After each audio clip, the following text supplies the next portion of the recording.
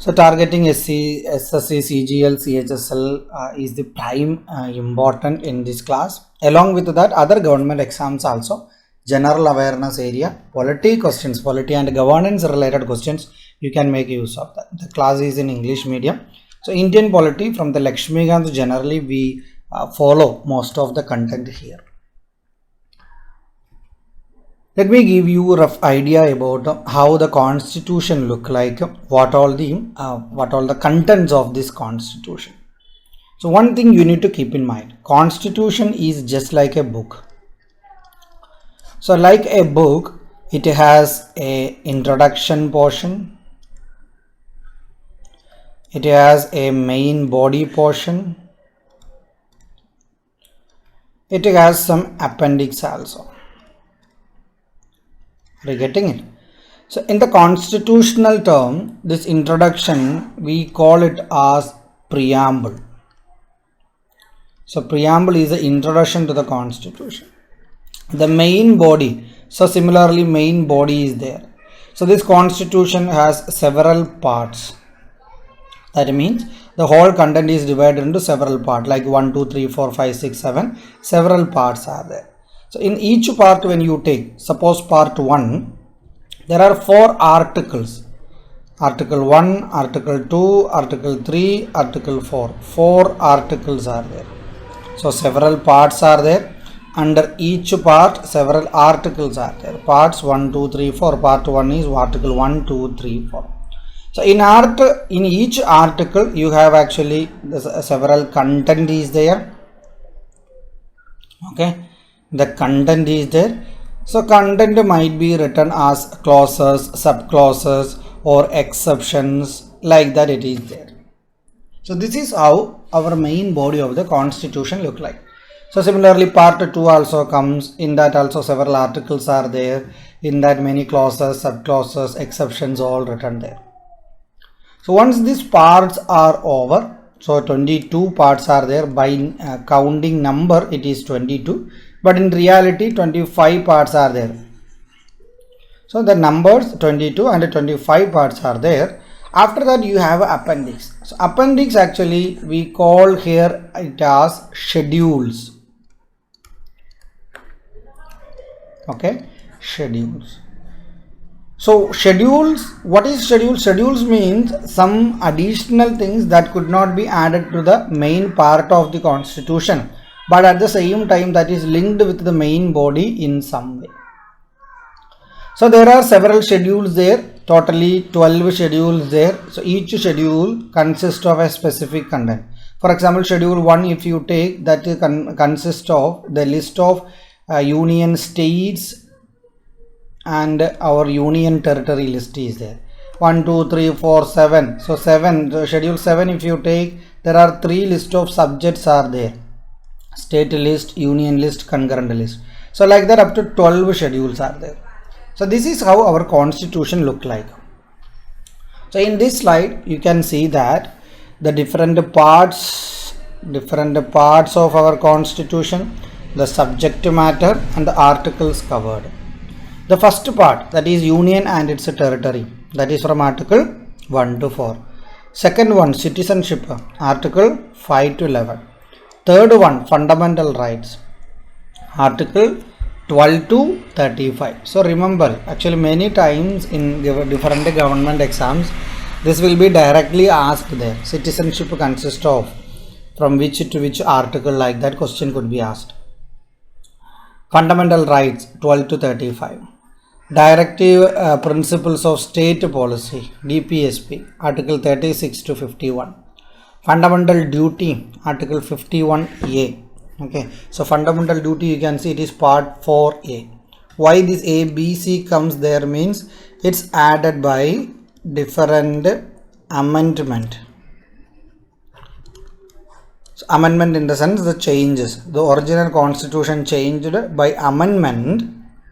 By that only this A, B, C, D and all are added. So part 4A, that is fundamental duty, that was not part of the original constitution, not part of the original, but added later. 51A is the article there. Then part 5 is there, part 6 is there. Part 5 when you take, it is the union structure. So union central government is there, no? So central level we have a government structure, that is written here, part 5. Similarly, when we come to the state level, part 6, state level structure. So in any government structure in the whole world when you take, so 3 organs are there for the government, or 3 organs are there for the state. First one is the executive, which are implementing it. So the president, prime minister, ministers, IAS wala, IPS wala, all comes in the executive. Next comes the legislature. In Indian case it is parliament. They will make laws. So the MPs and all actually are making law for us. Then comes judiciary. Okay.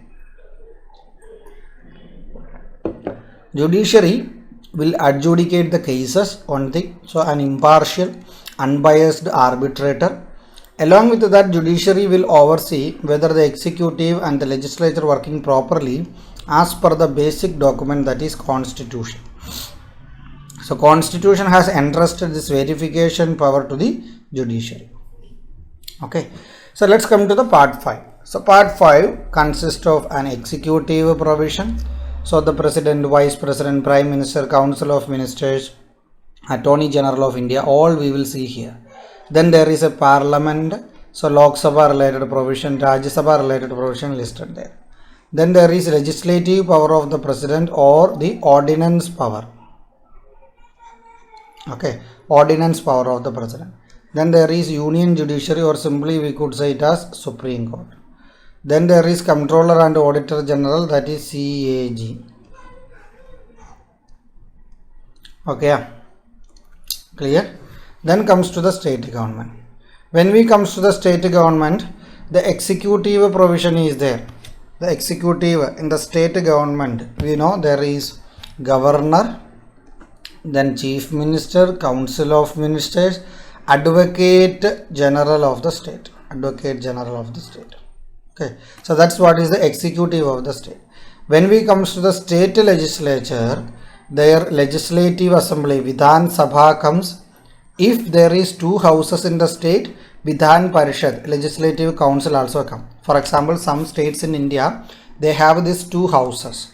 So for example, how many states? As of now, 6 states like Andhra Pradesh, Telangana, Maharashtra, Bihar, then UP, Karnataka. These states have actually legislative council now. And in the Bengal, Mamata Banerjee government actually passed a resolution for bringing legislative council in West Bengal also. Okay, but not yet approved. It is still in a table only. So the state government consists of executive, state legislature, then legislative power of the governor, or similarly the ordinance making power. Then comes the high courts. Then comes the subordinate courts. So there is no provision called auditor provision here, because the union auditor is there, no CAG. They will work for the state government also. So state government funds audited by them. Fine. So you could see the union and territory, citizenship, fundamental rights, DPSP, duty, union, state. Now when we come to the part 7, part 7 is actually deleted. There is no part 7 in constitution now. Then part 8 is the union territory. So union territory, so we know that many union territories are there. For example, Lakshadweep is there. Lakshadweep is there. Andaman and Nicobar is there. Chandigarh is there. Fine. Delhi is a kind of union territory, national capital territory, etc. etc. Daman and Diu, Dadra, Nagar Haveli. So like that you can take Puducherry and. So union territory related provision given in Article 239 to 242. Then part 9, part 9A, part 9B. Part 9 is Panchayat related provision, 9A is municipalities, 9B is cooperative societies. Then part 10 comes, that is scheduled and tribal areas. So scheduled areas are there, no, tribal areas there, no, where more control is there from the central government through the president, through the governor. or more freedom and protection given to the people over there. Those are covered under part 10. Then we come to part 11. The part 11, it says about the relation between the central government, relation between the state government. So central government and state government relation is explained here. What kind of relation? Legislative relation, that means law making kind of. Then administrative relation, that means in the executive sphere, how much union can compel the state to implement something like that. Okay. Then comes part 12. Part 12 is finance, property, contract and suit. So finance, property, contract and suit is part 12.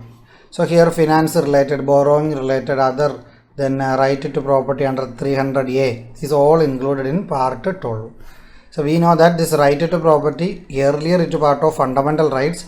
Now it is moved to part 12 as a just constitutional right. So right to property is no more a fundamental right now, but it is still a constitutional right. Trade, commerce and intercourse within the territory of India. So trade related activities 13.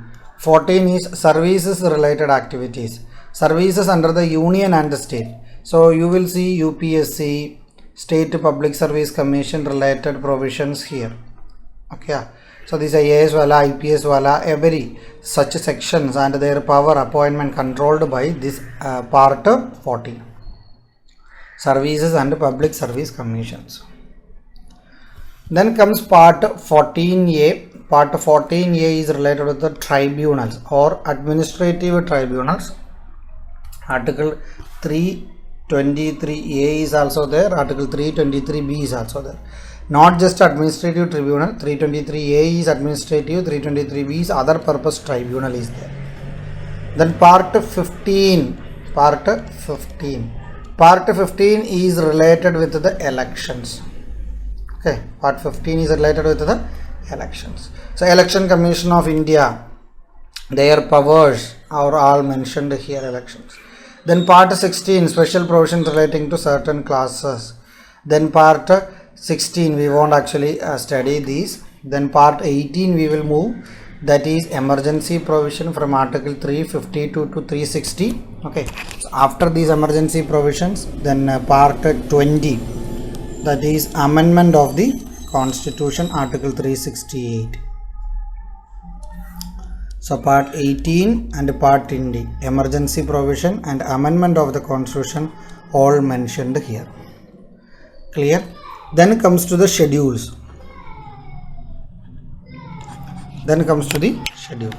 So schedule, the first schedule, that is related with the name of the states and their territorial jurisdiction, and the name of the union territories and their extent.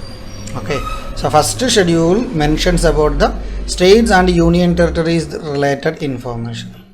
Second schedule is related with the salaries, emoluments, allowance, privileges and so on. So salaries of these all posts, 9 posts are mentioned there. President of India, Governor, Speaker, Deputy Speaker of Lok Sabha, Chairman, Deputy Chairman of Rajya Sabha, Speaker, Deputy Speaker of the Legislative Assembly, Chairman, Deputy Chairman of the Legislative Council, Judges of the Supreme Court, Judges of the High Court, CAG. So these all salaries mentioned in the second schedule. Keep in mind, there is no entry like Vice President of India, because as a Vice President that person is not getting any salary, but as a Chairman of the Rajya Sabha he is getting salary. Then comes the third schedule. Third schedule is related with oath. Third means oath. So what it is there? The oath and affirmation, the pledge taken by the different officers, such as the union ministers, the candidate for the election of parliament, then MPs. Similarly, the state level also the same. Then the Supreme Court judges, High Court judges, CAG. So these all oath are mentioned there. At the same time, President of India, Vice President of India, their oath mentioned in the main body of the Constitution. Then comes the fourth schedule. Fourth schedule is related with the allocation of seats in the Rajya Sabha. So 4 means 4, no? 4 legs are there for the chair. Fine. So allocation of seats in the Rajya Sabha to the states and union territories. So seats given to the Rajya Sabha is mentioned in 4th. Then comes the 5th schedule. 5th schedule is related with the provision relating to the administration and the control of scheduled areas and the scheduled tribe.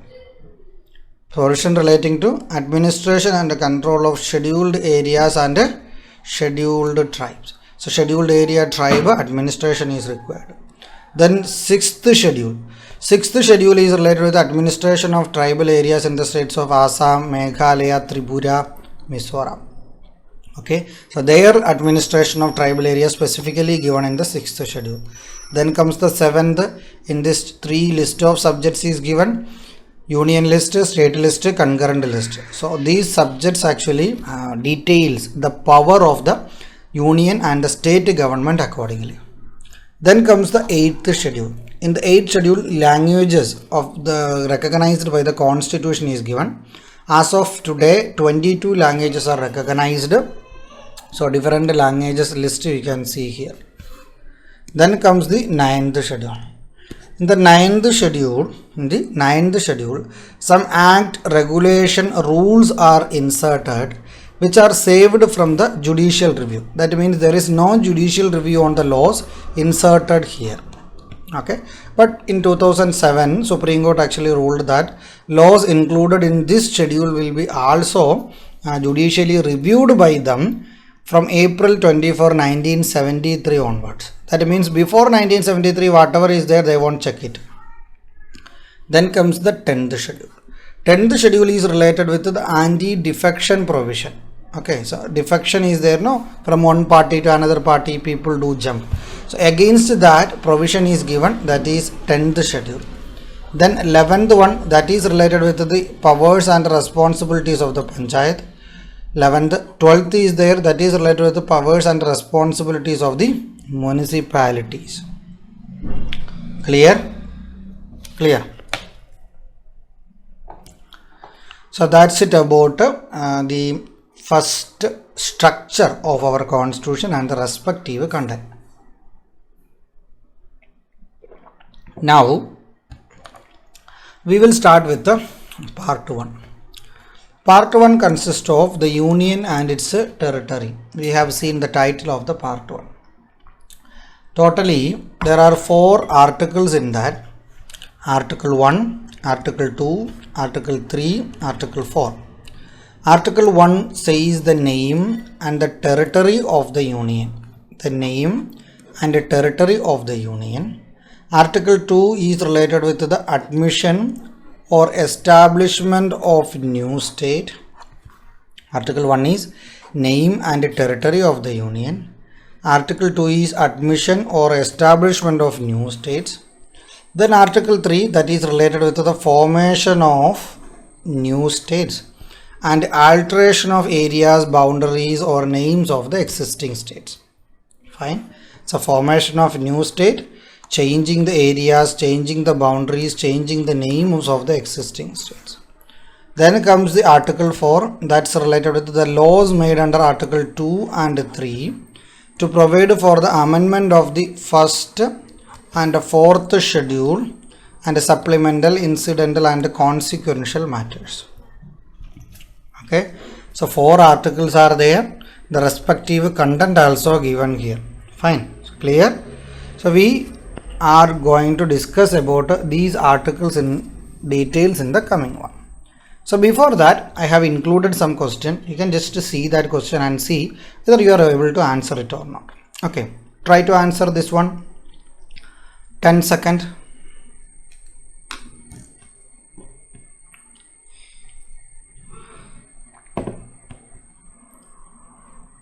Done. What are names mentioned for our country in Article 1? So the question is not about what is our country's name. It is about as per Article 1 what are the names. The answer is A and B. India, that is Bharat. Both are mentioned there. Okay, answer these.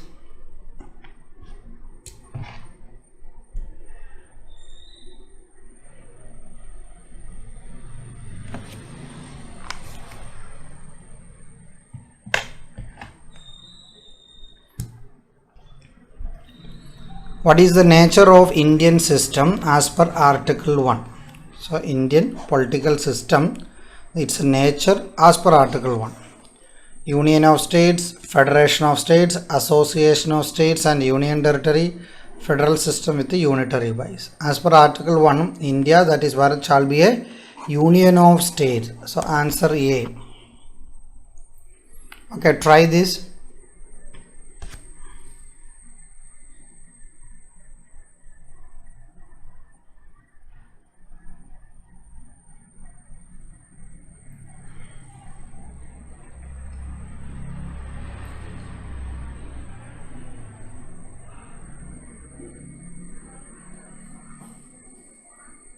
Done.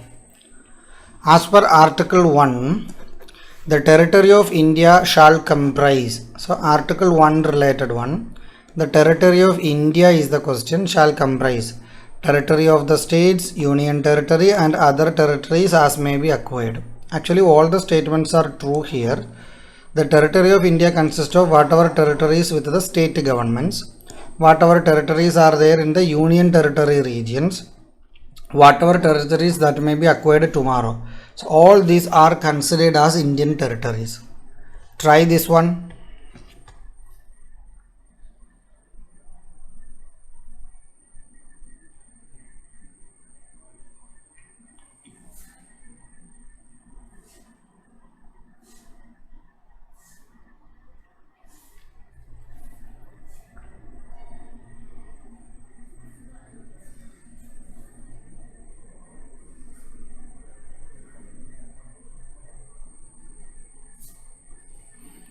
Done. Who has the authority? Who has the authority to admit new state into the union? Who has the authority to admit new state into the union? Who has the authority to admit new state into the union? President, Prime Minister, Constituent Assembly and the Parliament. Who has the authority to admit new state into the union? Is it President? Is it Prime Minister? Is it Constituent Assembly? It is actually the Parliament. Parliament has the ultimate authority related with that.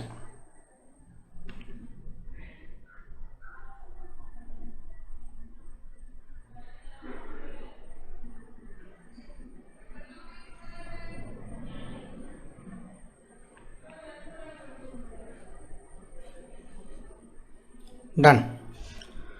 Which of the following is wrong with respect to altering boundary of a state? Which of the following is wrong with respect to altering boundary of a state? So boundary needs to be altered. Okay, which one of the following is wrong related with that? Parliament may by law can alter the boundaries. Yes, it is true. Recommendation of president is must. Yes, it is true. Consent of the respective state legislature is must. Consent means their agreement. That is wrong actually. Parliament can bifurcate one state into, that is also true. So C is the wrong statement here. So you can choose that as an answer. Next one, try this.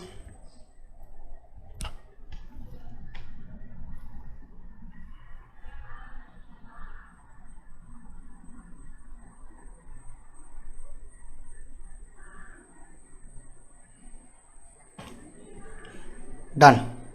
Who can alter the name of a state? Who can alter the name of a state?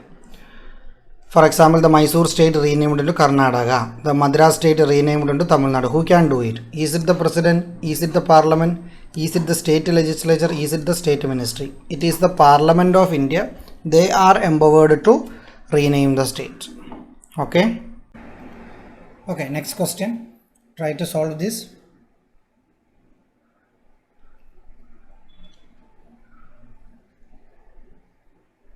What is the meaning of state under part 3 of the constitution? So part 3 means this is related with the fundamental rights. So fundamental rights, state means government of India, parliament of India, government of each state, legislature of each state, all are actually considered as state under part 3. Okay, so let's come back to article 1, 2, 3, 4. So article 1, name and territory of the union. India, that is Bharat, shall be a union of states. So India, that is Bharat. So what is the name of our country? India, Bharat. What is the nature of our country? It is a union of states. So nowhere it mentions the word federation. Do you see any word called federation here? No, not at all.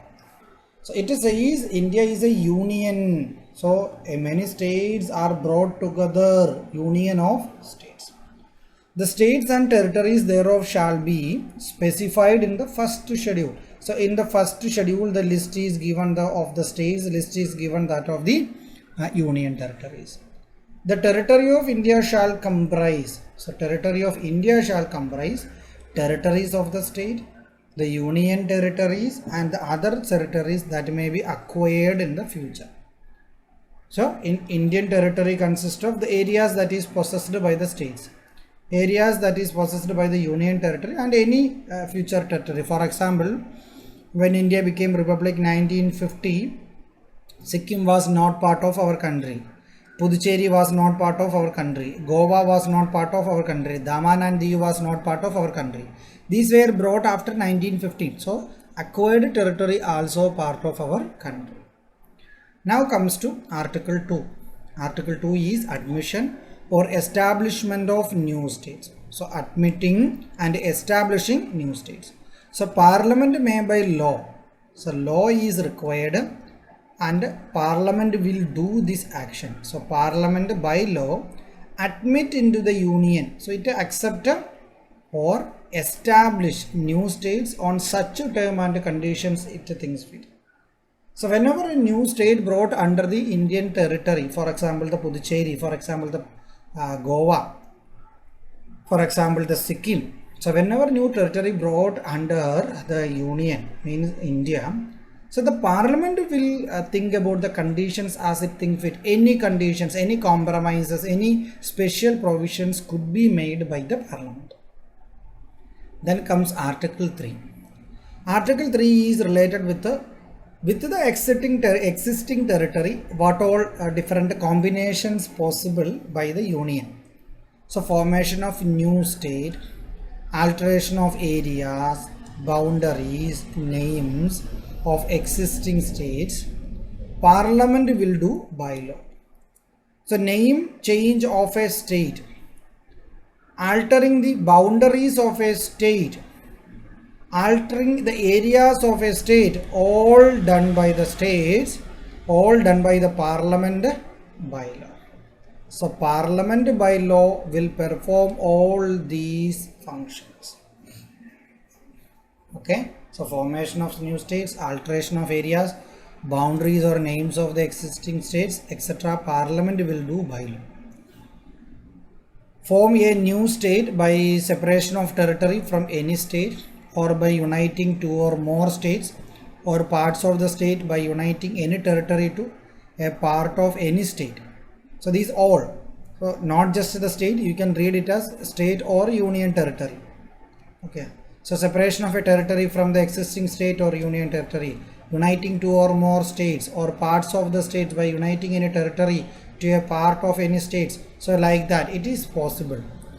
Through those actions, the area of the state could be increased, the area of the state could be diminished, the boundaries of any state could be altered, and the name of any state could be altered.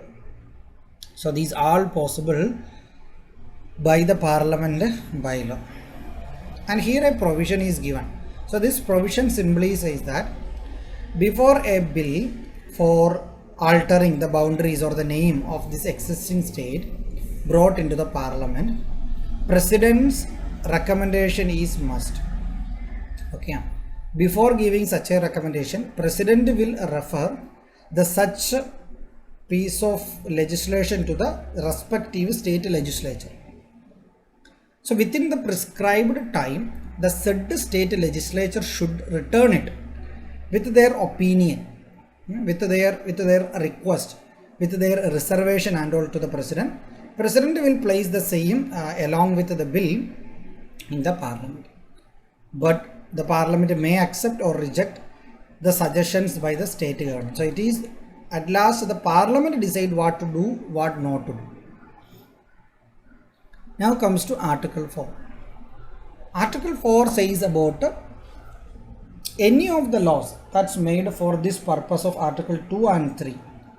So how those laws will be, that is what is Article 4 says. Any law referred to in Article 2 or 3 shall contain such provision for the amendment of the first schedule and the fourth schedule. We know the first schedule is related with the list of the states and union territories. Fourth schedule is related with the 4 legs of a chair. So 4 legs of a chair related with the Rajya Sabha seat allocation to the states and union territories. So whenever a new state is created or the existing state is bifurcated, so this seat distribution in the Rajya Sabha needs to be changed. Schedule 1 names also needs to be changed. So for this many amendments, not just this, some other incidental consequential provision also need to be changed. For example, some states might be given some special provisions.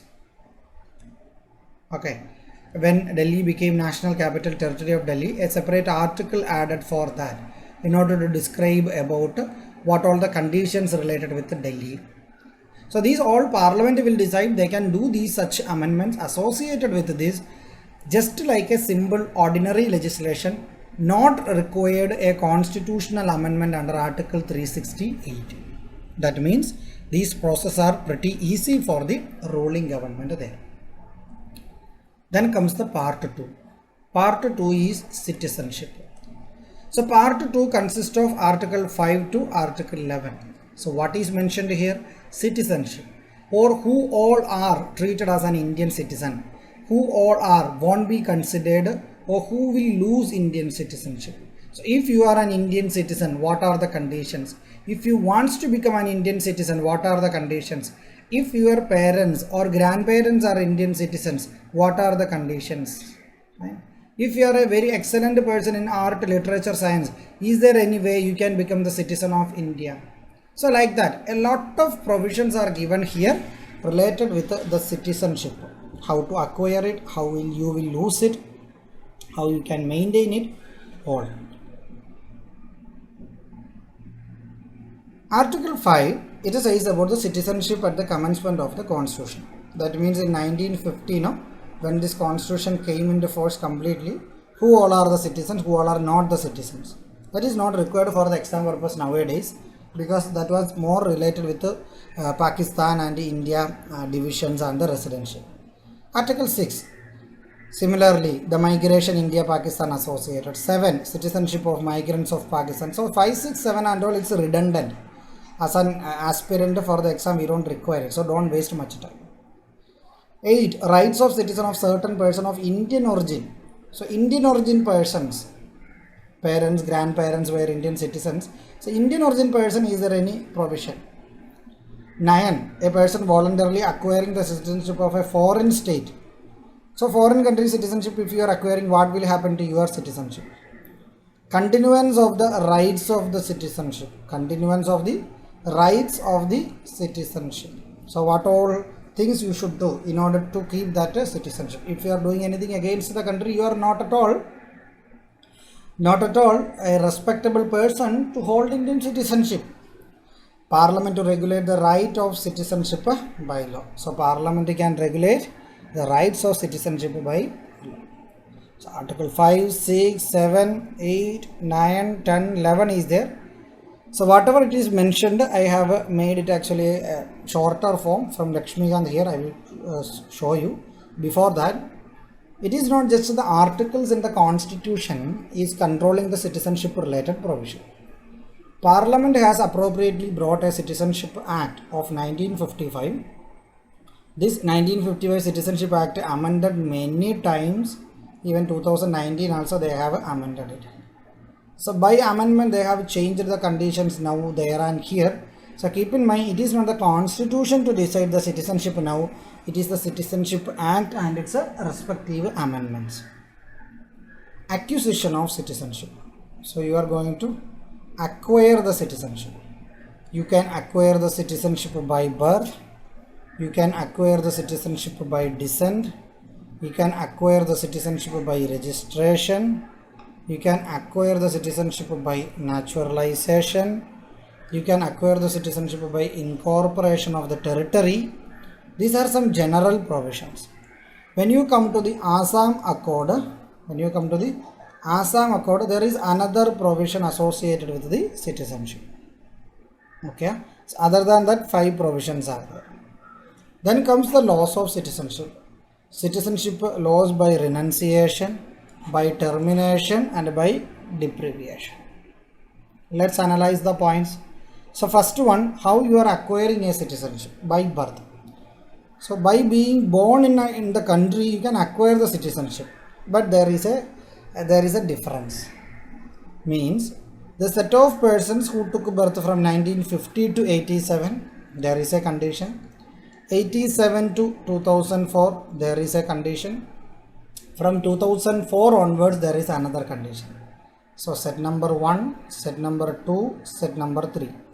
So I am just focusing on set number 3 now. 1 and 2 you can read yourself. Those born in India after 3rd December 2004 are considered citizen of India only if both of their parents are citizen of India. Those born in India on or after 3rd December 2004 are considered as citizen of India only if both of their parents are citizen of India, or one of whose parent is a citizen of India and the other is not an illegal migrant at the time of birth. Fine. So both needs to be citizen, or one is citizen and another is not an illegal immigrant. So many illegal immigrants are there from Pakistan, Sri Lanka, from Bangladesh and all. So if your parent, any of your parent is illegal migrant, you won't get the citizenship. The children of foreign diplomat posted in India and enemy aliens cannot acquire Indian citizenship by birth. So foreign diplomats are there, no, posted in India. Their children or the enemy aliens, Pakistan, Chinese, their citizens, children cannot acquire Indian citizenship by birth. Then comes to the descent. Here also category 1, category 2, category 3 is there. So I will read category 3. That is from 2004, 3rd December onwards. A person born outside India shall not be a citizen of India by descent unless his birth is registered at an Indian consulate within 1 year of the date of birth. So unless his birth is registered at an Indian consulate with 1 year of the date of birth, or with a permission of the central government by the expiry of the said period. So an application for the registration of the birth of a minor child to an Indian consulate shall be accompanied by undertaking in writing from the parents of such a minor child he or she does not hold a passport of another country. Are you getting that? So 2004, 3rd December onwards. If you are born outside this country, by descent, if you want citizenship, there is strict condition. Within an year, actually, your child birth needs to be registered in an Indian consulate with a declaration that the child does not hold a passport of any other country. Because why this kind of provision we see means Indian citizenship or Indian system never allows dual citizenship. You can either be an Indian citizen or you can be the citizens of other countries, that's it. But many countries, when you take, for example, the Switzerland, Canada and all, they do allow dual citizenship. That means you can hold more than one country's citizenship there. Okay. Further, a minor who is a citizen of India by virtue of the descent and is also citizen of any other country shall cease to be a citizen of India if he does not renounce the citizenship or nationality of other country within 6 months of attaining full age, that is 18 years. Next one, by registration, how you are becoming a citizen of India. So central government on application by a person may grant the citizenship when these following conditions are there. Okay, that is a person of Indian origin, ordinarily resident in India for 7 years before making an application for registration, etc., etc. So you can read these provisions by yourself. Okay, so any doubt, please feel free to ask. Should I discuss this? Okay, so you can see a person full age and capacity who whose parents are registered as citizen in India, citizen of India, a person of full age and capacity, his parents, etc., etc. So read it. Now comes to another provision, that is known as naturalization. Naturalization is something that is exception to any other way of acquiring Indian citizenship. So central government on an application give a citizenship by naturalization. So if he is not a subject or citizen of any country, where citizen of India are prevented from becoming the subjects or citizen of that country by naturalization. If he is a citizen of any country, he undertake to renounce the citizenship of that country in the event of his application for Indian citizenship being accepted. He has either resided in India or been in the service of the government of India, or partly the one, partly the other, throughout the period of 12 months immediately preceding the date of application. During the 14 years immediately preceding the said period of 12 months, he has either resided in India or been in the service of the government of India, partly one or partly the other, or he is of a good character. So these are the conditions for naturalization. Keep in mind, in order to get naturalization, the country from where you are coming with the application for naturalization, they should have to accept that you want actually Indian citizenship by naturalization. Now comes to next one, that is incorporation of territory. Read it.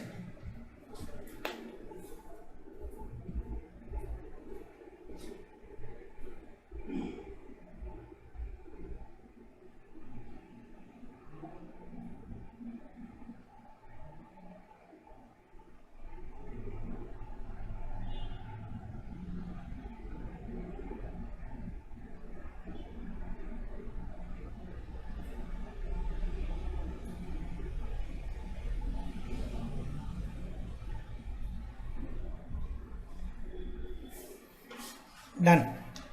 Incorporation of territory. If any foreign territory that becomes part of India, definitely the residents of that state also will get a Indian citizenship. Then one more is there, that is actually as per the Assam Accord, that is only restricted to the Assam region. Whoever came to Assam from Bangladesh and all, for what condition, under what condition they will get citizenship. But that won't be asked in the exam.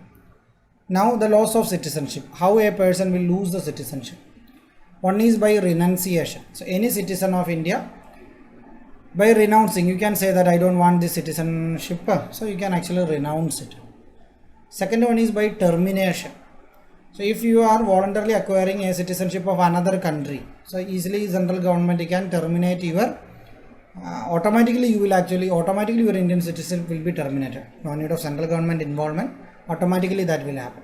In the case of deprivation, central government involvement is there, because compulsorily central government is terminating your Indian citizenship because they feels that you acquired the citizenship by fraud, or you have shown disloyalty to the Constitution of India, or you have unlawfully traded, communicated with the enemy during the war, or within 5 years after the registration or naturalization been imprisoned in any country for 2 years, or citizen has been ordinarily resident out of India for 7 years continuously.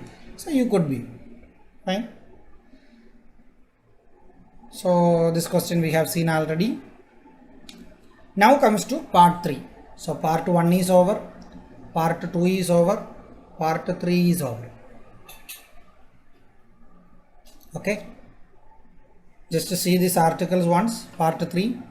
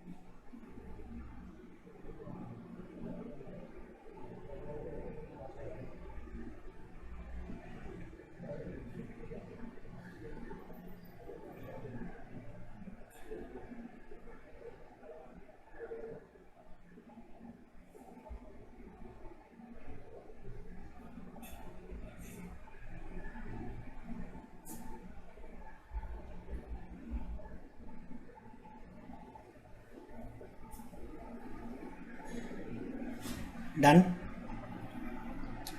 Have you understood the articles?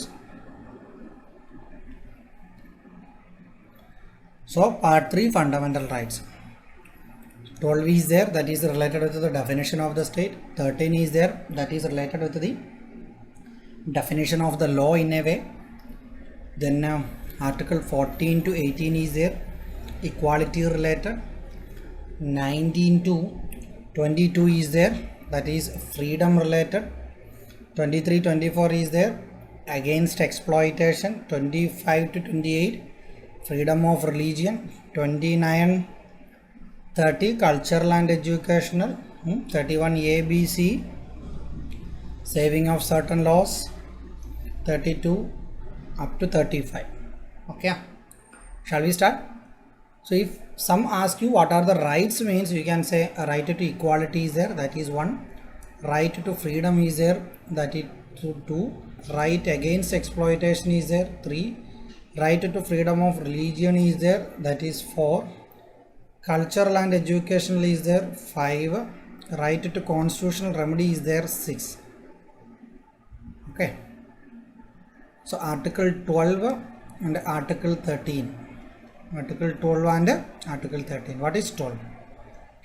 12 says about the definition of the state.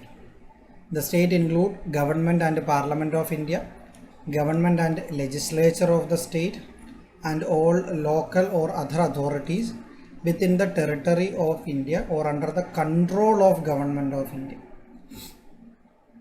Okay, so within the territory of India or within the control of the government of India, all state and other local authorities are considered as a state. Then comes the definition of the word law.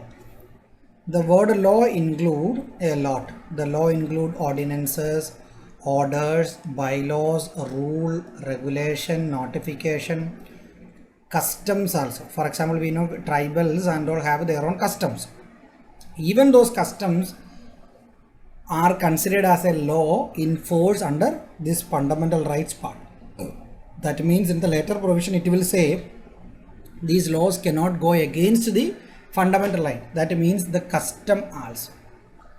Okay, so these or usage having in the territory of India first of all. So anything that is trying to implement, anything trying to enforce, that is a law. So this part 3, article 13 say makes it clear that anything that is goes against this part 3 fundamental right, that is declared as void because those are inconsistent with the part 3 or fundamental rights, the rights of the citizens. Okay, or simply you can't legislate anything, you can't take any actions against the fundamental rights provision in part 3. So that is what is right to that is what is fundamental rights. Now we are coming to the right to equality. Right to equality, the 14 says equality before law. All are equal before law. The state cannot actually deny any person equality before law and equal protection of the law. Then comes 15.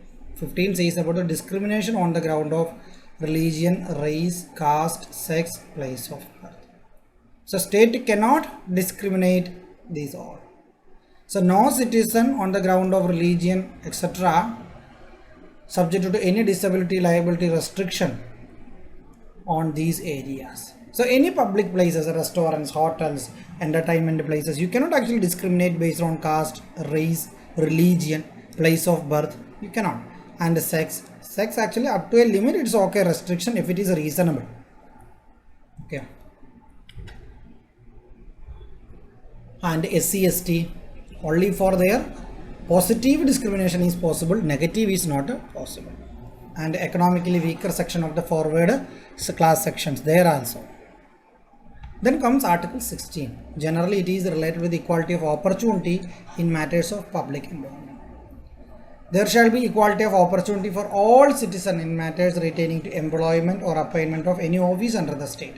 So no citizen on the ground of religion, race, caste, sex, descent, place of birth, residence, okay, on these grounds be eligible to be ineligible Okay, so you cannot discriminate. You cannot say they are, since they are from this caste, they are ineligible to this government job. No, you cannot say that. Since you are a woman, I won't give you this job. You can say that. For example, you can say, but a reasonable one. For example, if it is defense forces related, so these sections might be not reserved only for the men. That's okay. Fine. So that's it generally. But at the same time, reservation and all possible. That's given in the other article. Article 17 says about abolition of untouchability. Fine. So untouchability in any form it is abolished.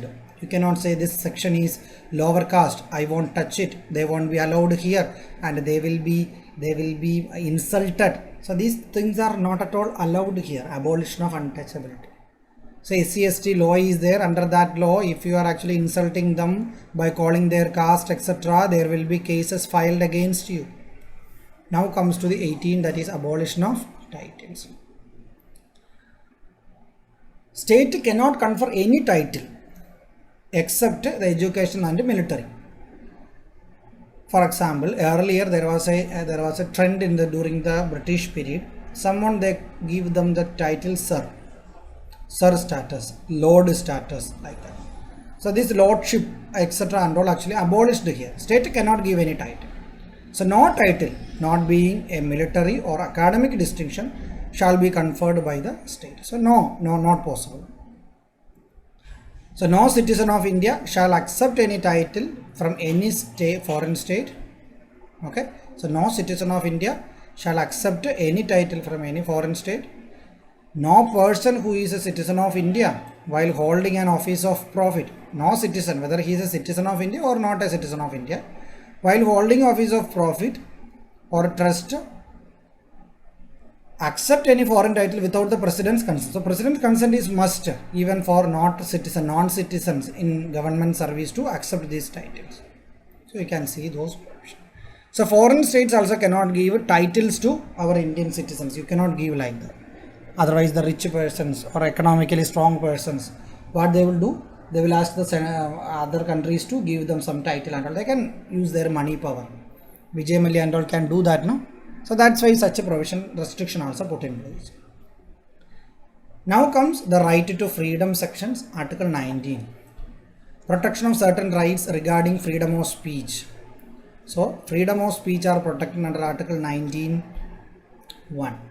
All citizens have a right to freedom of speech, expression, assembling peacefully without arms, associations or unions, cooperative societies, moving freely throughout the territory of India, residing and settling in any part of the territory of India, practicing any professions or carry on any occupation, trade and business.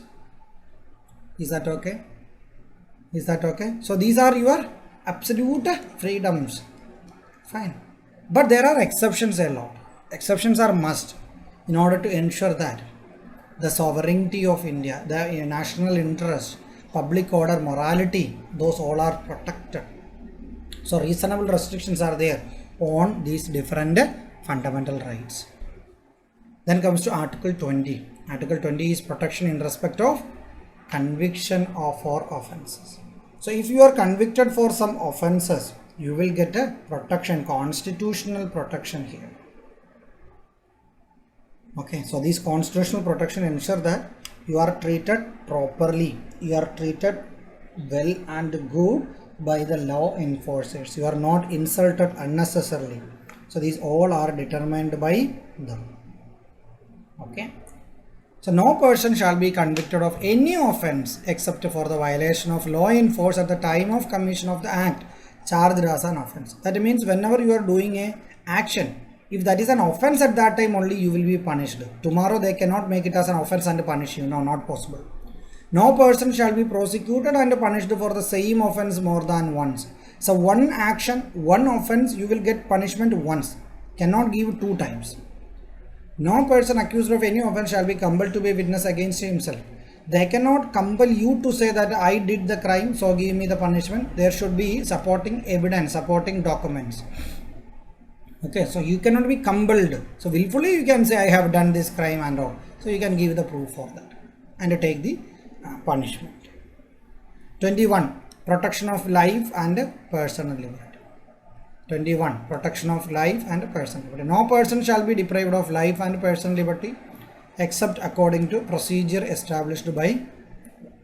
So no person shall be deprived of life or personal liberty except according to procedure established by law.